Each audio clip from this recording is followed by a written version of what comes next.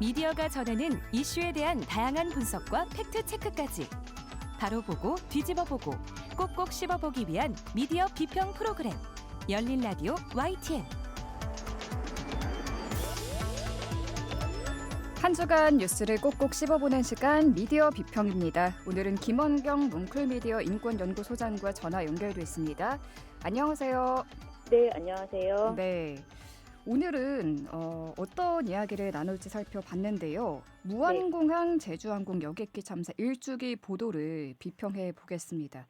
사실 12월 말은 우리에게 송구영신의 시기였고 또 뭔가 휴가와 같은 느낌도 있고 새해를 맞는 어떤 설렘도 있고 그런 희망에 들뜨는 시기거든요. 네. 그런데 올해는 뭐 같은 연말의 느낌을 갖기가 사실 어려웠습니다. 참사 1주기가 됐는데 우리 사회는 무엇을 했나 반성하는 마음이 생기더라고요. 맞아요. 특히 또 비상계엄과 전국 혼란의 상황이 계속되면서 다른 참사에 비해서 국민적 관심이 아무래도 덜했던 것 아닌가 싶어서 마음이 더 무거웠습니다. 네네. 오늘 소장님이 이 주제를 다룬다고 해서 방송을 하는 사람으로서 저도 유가족에 대한 죄송한 마음을 좀 덜겠다 싶은 생각도 들거든요. 네네. 1주년 보도 비평을 어떤 방식으로 하셨나요? 사실 이제 저도 이 방송을 준비할 때 뭐 전 방송이나 전 언론 내용을 다 보고 하는 건 아니거든요. 그런데 이번에는 이제 아나운서님과 같이 그동안 제주항공 참사 이슈를 제가 너무 소홀히 했다라는 그런 죄송한 마음이 컸어요. 네. 그래서 이 분석을 이제 해봤는데 음. 너무 크게 그림을 잡고 분석을 하다 보니까 오늘은 이 방송에서 거의 양적 분석 위주로 이야기가 될 것 같아요. 네. 모니터 대상 매체는요, 한국언론진흥재단에서 운영하는 뉴스빅데이터 비카인지에서 서비스하는 거의 모든 언론을 대상으로 했어요. 종합일간지, 지역일간지, 경제일간지를 일단 모니터를 했고요. 네. 또 비카인지에서는 주요 방송사 내용을 모두 서비스해주지 않거든요. 그래서 방송사 9개사의 보도를 네이버 뉴스를 통해서 수집을 했습니다. 뭐든지 다 이 제주항공, 무안공항, 여객기 참사 이런 키워드를 다 집어넣어서요. 관련된 보도들을 다 수집을 했고요. 네. 이때 KBS와 MBC의 경우에는 KBS는 이제 지사가 있고 그러니까 KBS가 지역 총국이 있고 MBC는 지사가 있는데요. 네. 그 지역의 보도를 모두 합쳐서 하나의 방송사로 카운팅을 했습니다. 그리고 이것을 다시 또 지역별로 어느 지역에서 얼마큼 보도가 나왔는지 나누어 보기도 했습니다. 네. 인터넷 매체의 경우에는 노컷뉴스와 프레시안, 오마이뉴스를 제가 수집해서 모니터를 했고요. 주요 일간지인 한겨레 21과 시사인도 함께 모니터를 했습니다. 네. 기간은 2025년 12월 1일부터 31일까지 딱 한 달 보도를 봤어요. 네. 왜냐하면은 최소한 12월 29일에 벌어진 참사이니까 이 한 달만이라도 좀 관심을 갖고 그러니까 보도를 하지 않았을까 이런 생각으로 이 기간을 설정했고요. 나름대로는 무안공항 참사 관련된 최대한의 보도를 수집했다라고 생각이 들어요. 이렇게까지 과하게 제가 이제 잡은 이유는 우리 사회가 이 시기에 도대체 얼마나 이 이슈에 관심을 가졌는지 현실을 한번 살펴보고 싶은 마음이 컸습니다. 네, 좋습니다. 보통은 대략적으로 신문 보도만 보거나 아니면 방송 보도만 보거나 이렇게 매체를 좁혀서 봤는데 오늘은 상당히 좀 많은 매체를 종합한 것이기 때문에 상세한 이야기를 나누기에는 시간상 한계가 있을 것 같습니다. 네네. 그래도 일단 보도량부터 좀 살펴볼까요? 네, 제가 위에서 말씀드린 매체의 한 달간 보도 총량은 1,304건이었어요. 같은 내용의 보도를 같은 방송사에서 몇 번이나 이렇게 살짝 업데이트해서 방송하는 경우도 있고 그걸 때 게재하는 경우도 있는데 네. 이런 경우는 중복으로 처리를 해서 삭제를 했고요. 단 지역별로 어떤 예를 들면 대전 MBC에서 같은 보도를 했는데 전주 MBC에서 같은 보도를 또 할 때가 있거든요. 이런 경우는 방송사가 다르기 때문에 중복 삭제를 하지 않았어요. 보도량을 보면 종합일간지의 경우에 12월 한 달간 총 299건을 보도했고요. 이거는 전체 제가 모니터링한 모든 매체 대비하면 23%를 차지합니다. 많은 보도량을 보인 신문사로 보면은 경향신문이 54건으로 가장 많이 보도했고요. 네. 한겨레 33건, 국민일보도 생각보다 많은 보도를 해서 30건 정도를 보도했습니다. 적은 보도량을 보여준 신문사를 보면 내일신문이 4건, 조선일보 15건, 문화일보가 19건이었습니다. 아무래도 보도량이 적다는 것은 그만큼 이 사안에 대해서 관심을 덜 가진 것으로 보이기 때문에 네. 보도량을 좀 그런 의미에서 봐주시면 될 것 같고요. 9개 주요 방송사를 보면 총 305건을 보도했는데요.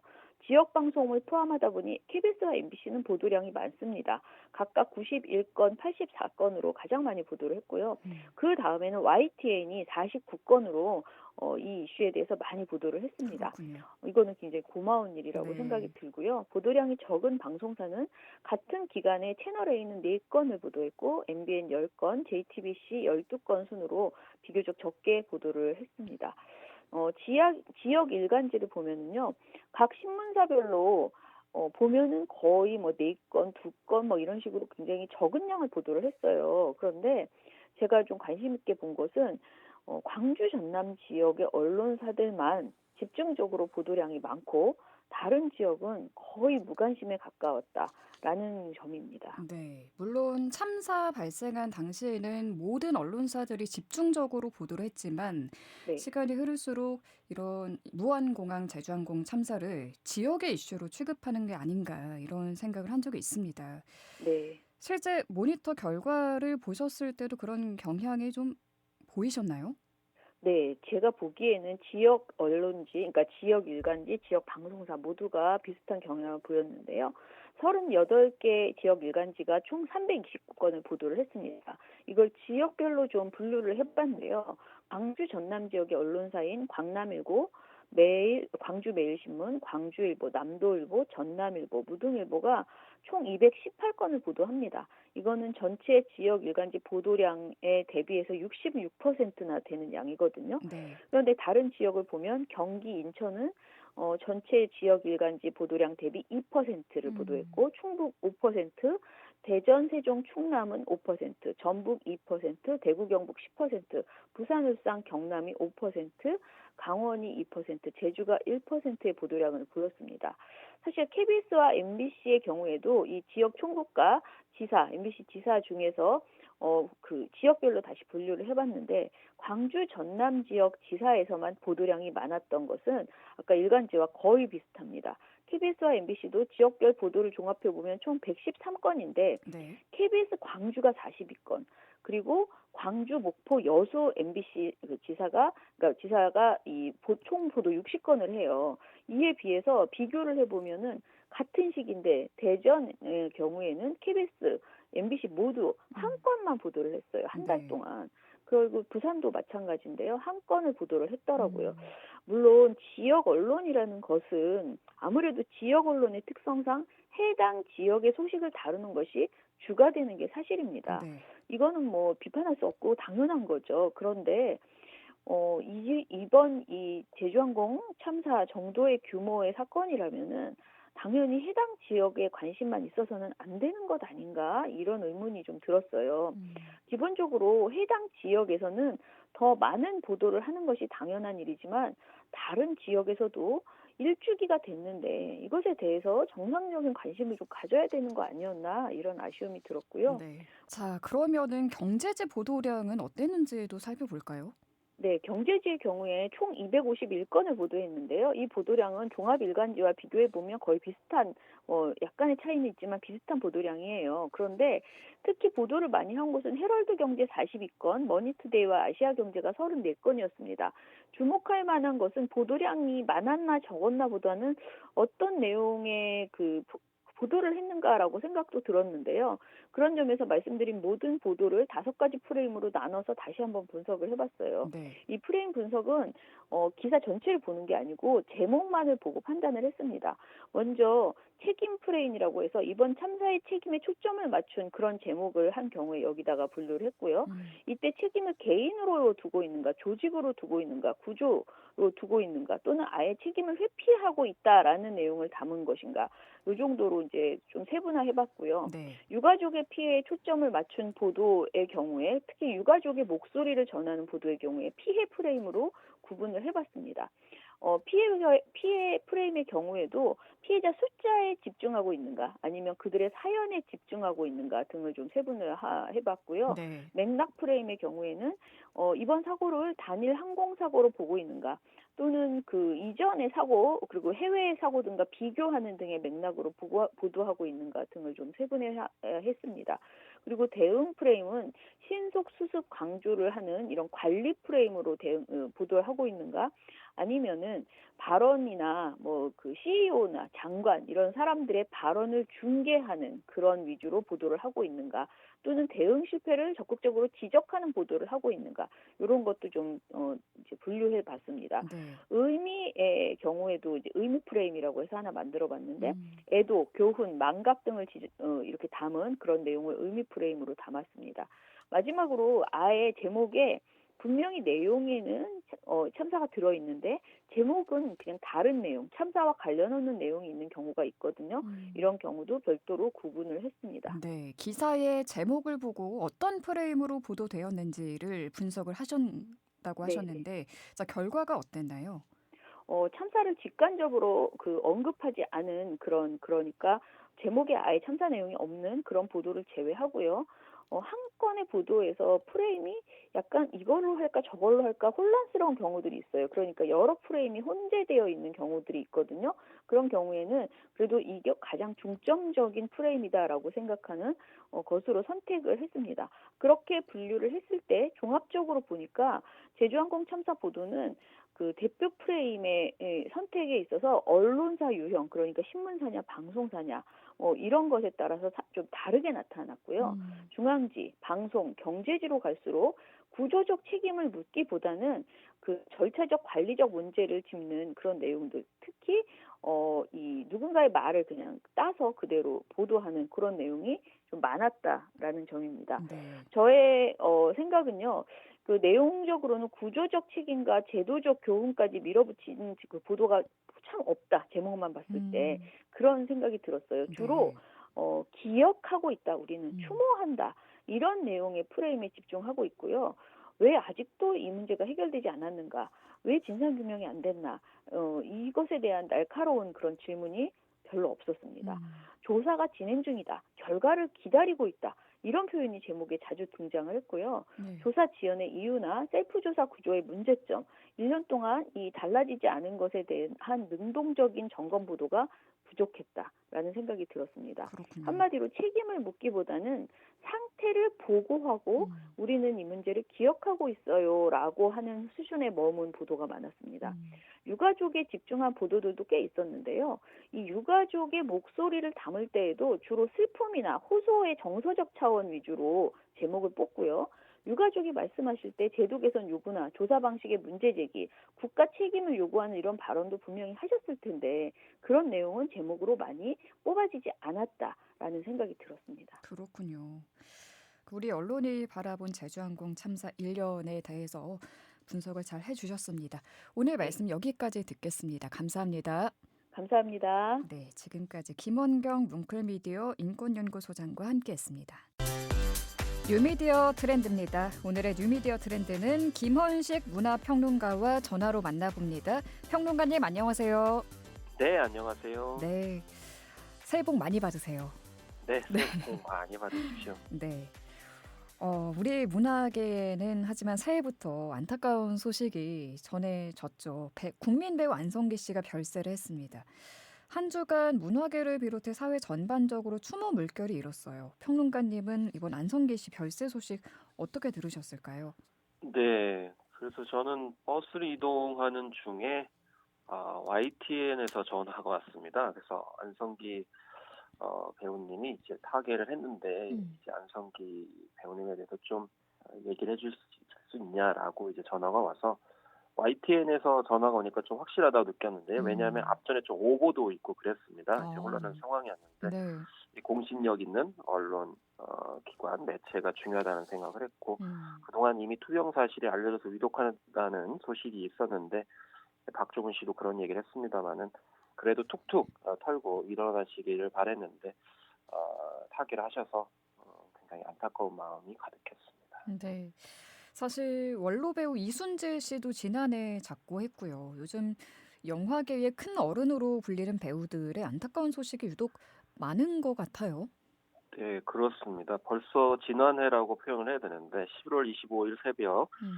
91살의 이순재 선생이 또 별세를 했습니다. 네. 1956년 연극 지평선 너머를 통해서 이제 데뷔를 했고 사랑이 뭐길래 또 이제 개소리에 이르기까지 국민 배우로서 많은 사랑을 이제 받았었죠. 특히 연극 고도를 기다리며를 또 마지막으로 이렇게 준비하는 그런 상황이었는데 안타까웠고요. 네. 또 김지미 씨 같은 경우에도 12월 7일에 미국에서 세상을 떠났다는 소식이 있었습니다. 네. 저혈압이 쇼크였는데 1967년 황혼의 열차의 주연으로 영화계에 데뷔를 했는데 이 황혼 열차가 바로 안성기 씨가 아역 배우로 처음 데뷔했던 작품이거든요. 그렇군요. 네. 생전에 700여 편의 영화에 출연해서 70년대 은막의 전설로 나왔던 김지미 씨 타계 소식도 있었고 이순재, 김지미, 안성기 씨는 공통으로 이제 근고한 문화훈장을 출소를 했고요. 윤석화 씨도 12월 19일 날 또 뇌종양으로 투병을 했는데 좀 안타까웠습니다. 1984년 신의 아그네스에서 순수한 영혼 아그네스 역을 하면서 반향을 일으켰고 광고 속 노래를 부른 한국 CM송계의 레전드로 불렸었는데 네. 끝내 자리를 털고 일어나지 못해서 안타까움을 더했습니다. 네. 유독 안타까운 이런 소식들이 많이 전해진 연말 연시인 것 같습니다. 안성기 배우의 장례는 영화 인장으로 진행이 됐더라고요. 영화 인장이 어떤 의미를 갖는 장례인지 좀 설명해 주시죠. 네, 이 영화인장은 한국 영화계에 큰 업적을 남긴 영화인 그리고 대중의 사랑을 받은 영화인을 위한 장례 방식이고요. 감독과 배우 등을 포괄합니다. 그런데 이제 주관 단체는 각 직능 협회, 재단 그 대표들이 모여가지고 장례위원회를 구성하고 장례식을 추진하게 되는데요. 그 장례 일정도 3일이 아니고 네. 5일입니다. 그래서 9일 오전 8시 서울 중구 명동성당에서 장례 미사를 이제 했고요. 연결식에는 장례위원장인 배창호 감독과 소속사 후배인 정우성 배우 등이 추선사를 이제 낭독했던 그런 상황이었습니다. 네. 안성기 배우님이 혈액암 투병 사실이 뒤늦게 알려지기도 했었습니다. 음식물을 섭취하다가 기도가 막히는 사고가 있었다라는 보도도 나왔거든요. 네. 그래서 사실 노화나 질환이 있게 되면 이 씹기와 삼킴 기능이 떨어져가지고 돌발적인 사고가 있을 수 있습니다. 노화뿐만 아니라 뇌졸중, 뇌성마비, 파킨슨 등 신경질환도 이런 장애의 원인이 되는데 안성기 씨는 아무래도 그 혈액암 투병 과정에서의 어떤 후유증 때문에 이 음식물이 기도에 막힌 것 아니냐라는 그런 추정들이 나왔습니다. 네. 소방청 통계에 따르면 최근 5년간 음식으로 기도가 막혀 출동한 건수는 1290건에 이를 정도로 많고 특히 60세 이상 고령층이 920여 명으로 가장 많았고 10명 중 8명 이상이 60세 이상이었어요. 그런 점에서 조금 유의가 필요하다라는 건데 안타까운 그런 상황이었습니다. 네. 국민 배우로 불리셨잖아요. 안성기 씨는 아역 배우로 데뷔한 뒤에 왕성한 활동을 이어왔는데요. 무려 170여 개 작을 출연하셨다고 합니다. 정말 이 많고 많은 작품들 중에서 평론가님 어떤 작품이 가장 기억에 남으세요? 일단 라디오 스타를 꼽을 수밖에 없는데요. 이 중에서 매니저 역할을 했었죠. 그런데 가수와 사이가 틀어져가지고 안성기 씨가 이제 김밥을 파는 모습을 보여줬습니다. 네. 그런데 매니저가 없는 이 최곤이라는 가수가 매니저 박중훈 없으면 씨가 불편하잖아요. 맡은 역할이죠. 네, 허전하고. 네. 그러니까 라디오 방송을 통해서 돌아오라고 울먹이죠.